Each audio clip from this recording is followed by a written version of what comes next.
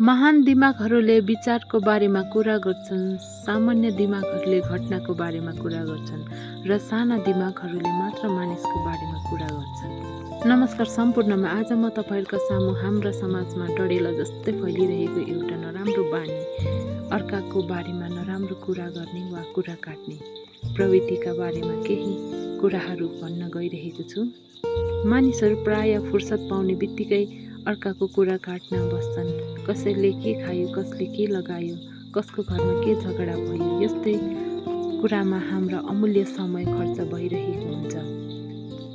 हामीले बुझ्नुपर्छ कि अरूको कमजोरीको खिल्ली उडाएर हामी कहिले अगाडि बढ्न सक्दैनौँ। कसैको कुरा काट्नु भनेको आफ्नो मनमा फोहोर मैला जमाउनु जस्तै हो।